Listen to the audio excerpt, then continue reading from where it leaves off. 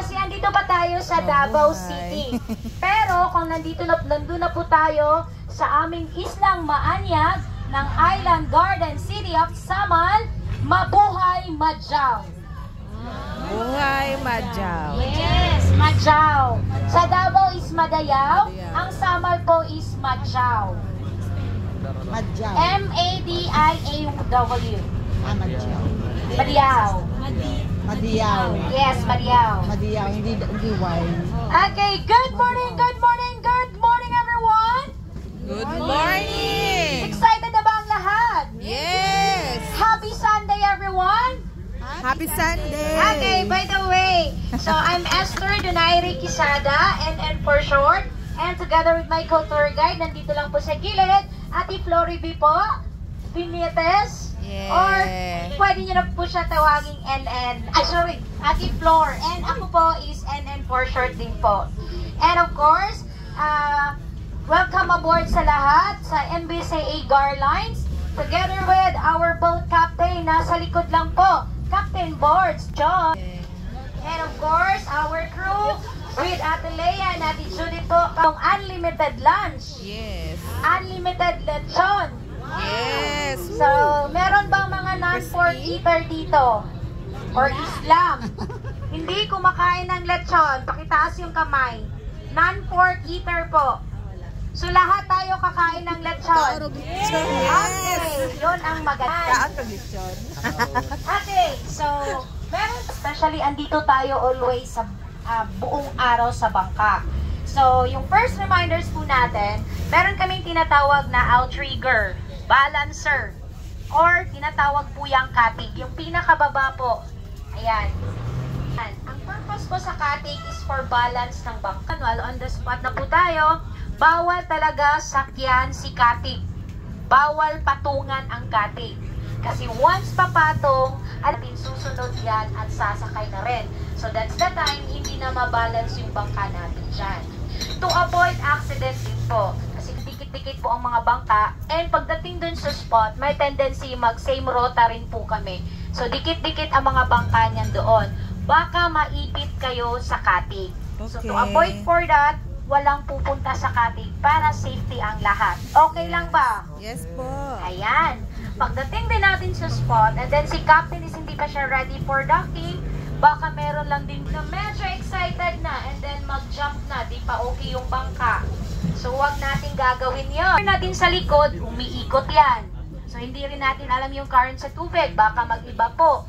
Mahigop kayo dun sa likod at maikot.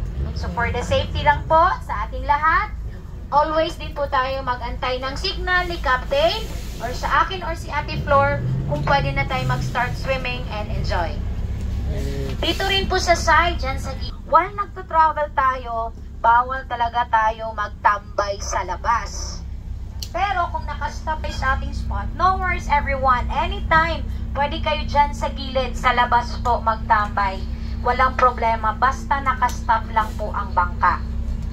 Ayan. Pero always pa rin nating ibabalance yung bangka natin. Kasi baka mamaya, pagdating natin dun sa spot, lahat na nandito sa kabila, especially kung mainit ang isang side, alam natin dun talaga dun sa hindi mainit. So, hindi yan magbabalance yung bangka natin.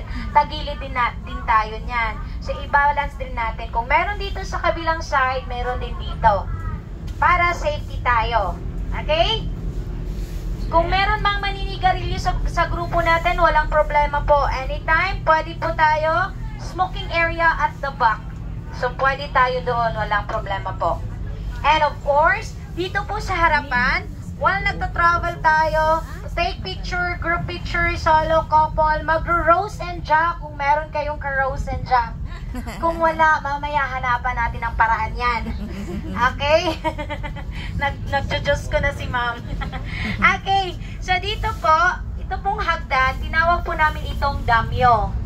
So, pwede nyo po itong gawing picture area mamaya po. Pwede kayo gagamit nito. Pero, huwag tayong lalagpas dun sa pinakadulo po. Yon, yung doon. Baka medyo mabigat tayo, ayan. So, baka kung dun kayo sa pinakadulo, baka masabay po ito na mababa. Babaliktad ito kung dun kayo sa pinakadulo. Okay? Ayan. Tapos, pagdating natin sa spot, meron din pong mga badyaw or they call it po, good chow na daw sila. Yes. Yes, they're selling their Good job, products. good If job. you are not interested to their products, do not touch. Or else touch move tayo sa kanila. Yes, and FYI po, ang Samal is wala po kaming tunay na pearl. So if you want accessory souvenir po, pwede kayong magbili. Pero wag kayong magpaniwala kung sobrang mahal po yun. Hindi po talaga yun tunay. Okay? And makikiusap po ako sa inyo. Pagdating natin doon, tanong ba yung mga gudyaw na aakyat, huwag nyo namang sabihin na si tour guide yung nagsabi, hindi naman tunay yung binibenta ninyo. Tumutulong lang po kami sa inyo para hindi kayo makabili ng sobrang mahal po. Okay? Ayan. So, pwede na kayo 100 to 50, ganyan, okay na yan. Pero kung lalagpas na ng 1,000, wag na kayong magbili. Yes. Unless kung And tulong nagbebenta na rin lang. yan sila ng sea urchin. Baka gusto nyo rin po later on. Pero they are not allowed dito sa loob. Hindi yan sila pwede. Alam na rin nila kung saan lang sila magbebenta. Nasa gilid lang yan sila. And wag na rin po kayo mag-alala kasi good show na naman din sila. Ayan. Okay. So, sino pong hindi marunong lumangoy sa grupo, pakitaas yung mga kamay, huwag kayong mahiya. Yung totoo. Yung totoong hindi marunong lumangoy. Ayan, so since ang dami po ninyo, congratulations. Huwag na po kayong mag-ala, hinahawak-hawakan nyo na po yung regalo namin. Pero hindi yan pwede dalhin sa bahay, ha? Ipapahiram lang namin buong araw yan. Our life best po. So, safe tayo dyan. Of course, nasa dagat tayo. Ang tao is lulutang talaga sa dagat. Balance lang po ang importante para mag-enjoy po kayo to the swimming and snorkeling. Kasi lahat ng pupuntahan natin, pwedeng-pwede tayo maligo always. Okay? Ayan. So, we have our 5 stopover for today. And of course, meron tayong proper disposal sa ating basura dyan sa side po. Meron dyan. And of course, meron tayong comfort room at the back with the captain. So, anytime you could be. But poop is no-no tayo. Especially kung nag-stop po ang bangka natin. Yan sound na lang Or- nakuha ko anong dyan. Okay, ganun po yun. So, pag mag-stop po yung boat natin, hindi talaga pwede mag-poop. Just in case, kung hindi na po talaga kaya, pwede naman nating i-run yung bangka. Okay? So, huwag kayong mahiya. Kasi kung merong magsisikret doon sa likod, mag-success sa buhay. And then yung mga kasamahan po natin is nag-start na po naligo, for sure po masasubmarine talaga nila yun. So just in case, kung hindi na po talaga kaya, kailangan nang ilabas yung samaan ng loob, pwede nyo po kami i-call attention with Ate Flor, with the captains and crews, na i-run natin ang bangka at nang mag-success naman sa buhay. Kasi po, isa lang po yung stopover natin na merong comfort room, Dayang Beach Resort, bababa talaga tayo doon. The rest, andito tayo always sa bangka buong araw. So with all your concerns, anytime, andito lang po kami. Pwede nyo po kaming lapitan. Okay? Ayan. Of course, kung meron kayong mga valuable things po, ayan, please check always. Especially cellphones, camera, and wallets po. Make sure na check nyo yan always. Okay? Just in case lang po. Para dire-diretso yung ating travel na wala tayong problema. Kailangan i-check nyo yan always. Okay? Ayan. So, meron tayong 5 stopover for today. So, our first stopover will be a coral garden. So, since our first stopover is a coral, more on snorkeling, floating to see underwater to see corals tayo. So, anyone nakadala ng mga snorkeling gears, goggles, at para sa dagat? Naka-ready ba?